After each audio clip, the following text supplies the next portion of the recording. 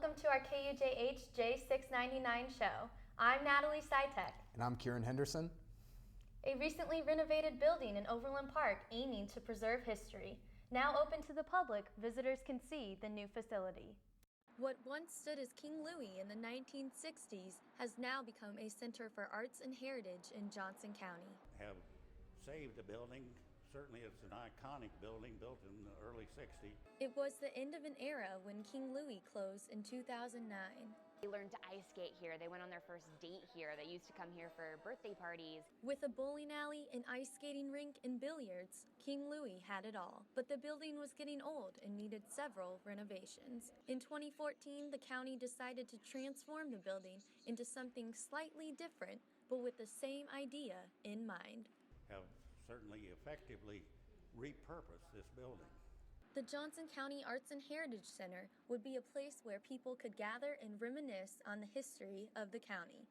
With a museum, a theater, a dance and art studio, and event space inside, all ages could enjoy.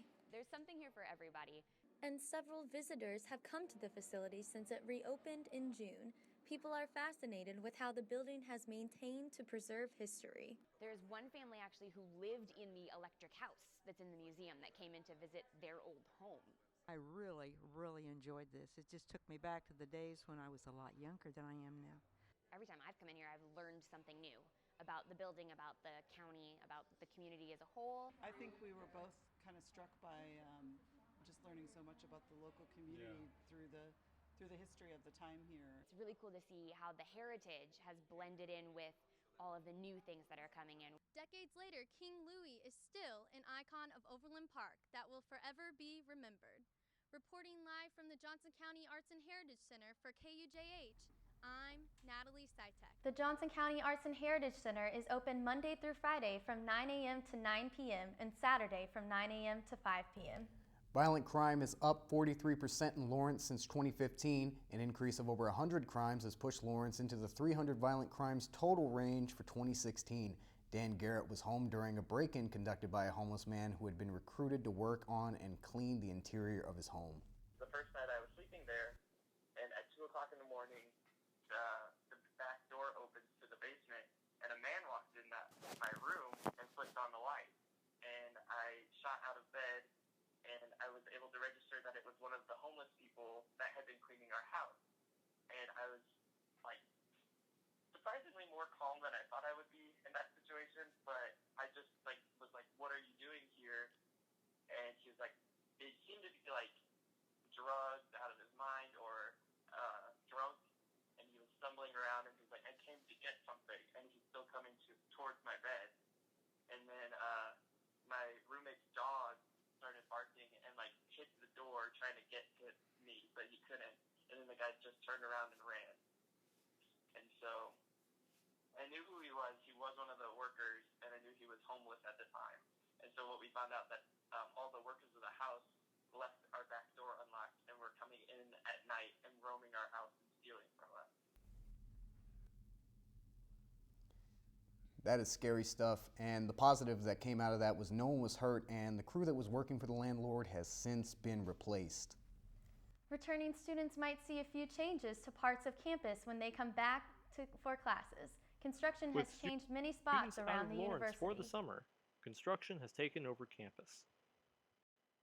Memorial Drive is closed due to new construction. New stairs are being introduced on the west side, and the planned finish date is August 18th. Crescent Road, leading to Jayhawk Boulevard, is closed to all traffic, including pedestrians. The intersection will reopen on August 1st. The construction of the new geography building is nearing completion, with a raised bridge linking it to Eaton Hall. The rebuilt Burge Union has advanced, along with much of the preliminary construction east of Daisy Hill. Driving down 23rd Street has become a hassle for drivers in Lawrence due to construction, and most people tend to try and avoid traveling down 23rd Street for that reason. The difficulty in moving through traffic has had a big impact on the restaurants and other businesses lined up along the street.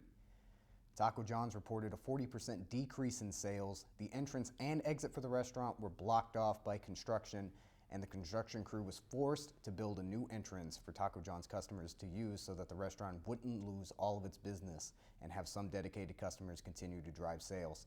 Next door at Potbelly Sandwich Shop, workers were visibly upset and vocal about only having one family in the store during what would normally be a lunch rush. Both restaurants were not sure of how much longer the construction would be going on, but were waiting for business to resume as normal once it was finished. Raytown residents signed a petition to save the only water park in their city. And residents are having to look elsewhere to beat the summer heat. A Raytown attraction closed for the summer, the decision affecting the community. It's more than just a water park. Allie Lukey worked at the Super Splash for more than 8 years. It makes me sad for the kids in the Raytown community who don't have a place to swim this summer. President of Raytown Parks Board, Terry Copeland, says money is the big issue. It needs about $500,000 worth of things to make it safe. Copeland says it's up to the people of Raytown to express what they want. See if the voters want to authorize further taxation to fund a water attraction. Raytown resident and parent Lee Taylor is optimistic Super Splash will reopen. We just have to find a way or figure out how to get the budget to get that.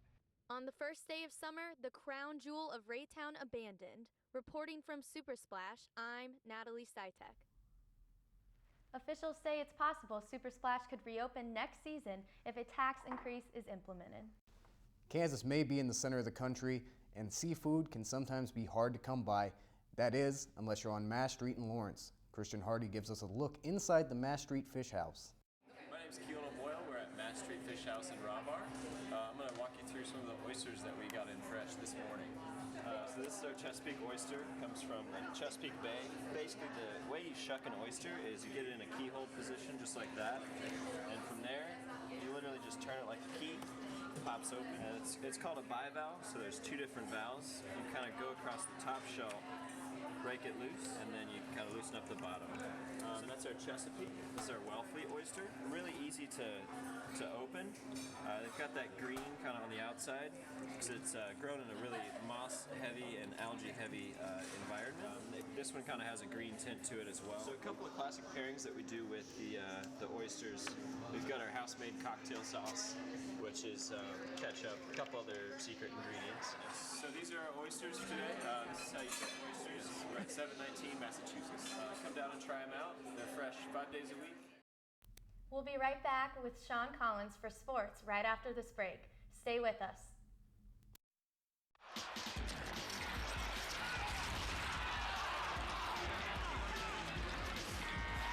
Now they're beating us on the boards out there, guys. This is your territory, Grimson. Do your job.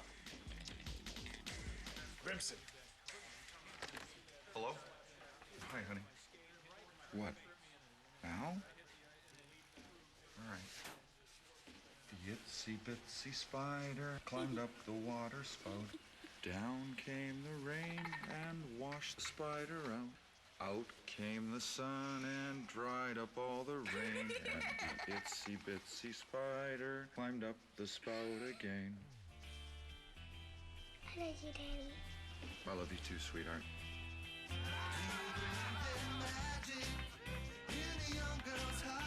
Hey, it's my girl. You know, my daughter. Love. Pass it on. A message from the Foundation for a Better Life.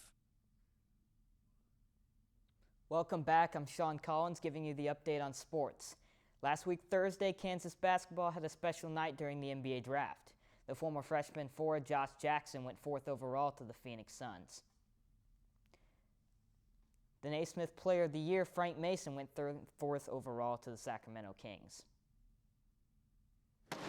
Well, with the 34th pick in the 2017 NBA Draft, the Sacramento Kings select Frank Mason from the University of Kansas. The Wooden Award winner goes in the second round, 34th overall. Each of the last 12 Wooden Award winners went in the lottery, but this guy showed incredible toughness and leadership and was just brilliant for Bill Self's team over the course of his career. Mason took to Twitter to make a promise to the teams that didn't select him. Both Mason and the Jayhawks coach Bill Self agreed Sacramento is a good landing spot. Landon Lucas wasn't drafted, but earned a roster spot for the Boston Celtics summer team. Over in Indianapolis, incoming freshman swimmer Lauren Parrish placed 94th at the Phillips 66 National Championships. Her time of 57.92 in the 100-meter was a personal record. Kansas senior libero Cassie Waite was nominated for the NCAA Woman of the Year award. Waite has won a Big 12 championship, Big 12 Libero of the Year, and is an AVCA All-American. Kansas athletes competed in the U.S. Track and Field National Championships and the NCAA National Championships this month. Our reporter Brendan Dworzynski covered the event. Jayhawks of yesterday and today competed in major track events over the past month, as Kansas was represented at both the U.S. Track Championships and the NCAA Nationals. Last week in Sacramento, California at the U.S. Championships, former Kansas standouts Michael Stigler, Mason Finley, and Andrea Jabel were all finishers in the top 3 of their respective events. Stigler, a 4-time All-American at Kansas, finished second in the 400-meter hurdles, earning himself a spot on Team USA for the World Championships in London this August. This is the most recent step in Stigler's comeback after a hamstring injury cut his 2016 Olympic hope short last year. Finley is also headed to London after winning the discus for the second consecutive year. Last summer, Finley represented the United States in Rio at the Olympic Games and finished 11th. Jabel, who won 3 different NCAA championships while at Kansas, finished 3rd in the triple jump. She competed in the same event at last year's Summer Olympics. At the NCAA championships in Eugene, Oregon, the Kansas men finished in 11th place as a team, while the women finished in 18th. The men's competition for the Jayhawks was highlighted by Braden Adams' All-American performance in the triple jump, which he finished 3rd in, and a 6th place All-American finish in the discus by Mitch Cooper. For the women, this is the 4th time in the last 7 NCAA outdoor meets in which Kansas has finished in the top 25. Florida won the national championship for the men as a team, and Oregon won the women's national title. For the 9th year in a row, Kansas football will start its season against an FBS team. Brendan He's has going to more. take it to the house. 25-20, 15-10-5, a touchdown. While Kansas football has struggled on the field in recent years, the team's scheduling has remained consistent. This is especially true when it comes to season opening games, as Kansas has started each of the last 8 seasons against an FCS opponent, a trend it will continue in 2017 when Southeast Missouri State comes to Memorial Stadium. FCS teams, formerly known as Division I AA, are paid by FBS teams to play. In exchange, the FBS team gets a home game it doesn't have to return, and it also gets a game with a high win probability. For Larry Keating, the Kansas athletic staff member in charge of football scheduling, paying for an FCS game is simply a matter of having as many home games as possible. Each year we have three non-conference games to schedule, and the object is to have at least 6 home games every year, so you can't do that without buying a game. While the appeal of a high win probability is a plus when scheduling FCS teams, the games aren't guaranteed wins. Kansas has lost 2 games against FCS opponents in the past 8 years, the most recent one coming against South Dakota State in 2015. In that same time period, the only other Big 12 teams to lose to an FCS opponent are Kansas State with 1 and Iowa State with 3 such losses. From the opposite perspective, while an FCS team is normally a heavy underdog against an FBS team, the financial impact of playing these games can be beneficial to the smaller programs. Southeast Missouri and the schools that come in are looking for a payday. They'll sell a couple of games because literally $1 million or $1.5 million can pay for the whole football program. After knocking off Southeast Missouri State to open the 2014 season, Kansas will look for its 7th FCS win in 9 tries when it hosts the Red Hawks again on September 2nd. Sporting Kansas City remains at the top of the Western Conference at 8-4-6. They hold a 5-point lead over 3 clubs tied for second. Down in Houston, Sporting got a road victory in a 2-0 match against the Dynamo in the second round of the U.S. Open Cup. Droso Fernandez and Iko Para scored. And speaking of Iko Para, what a week the defender had. Opara made a SportsCenter top 10 with this bike kick.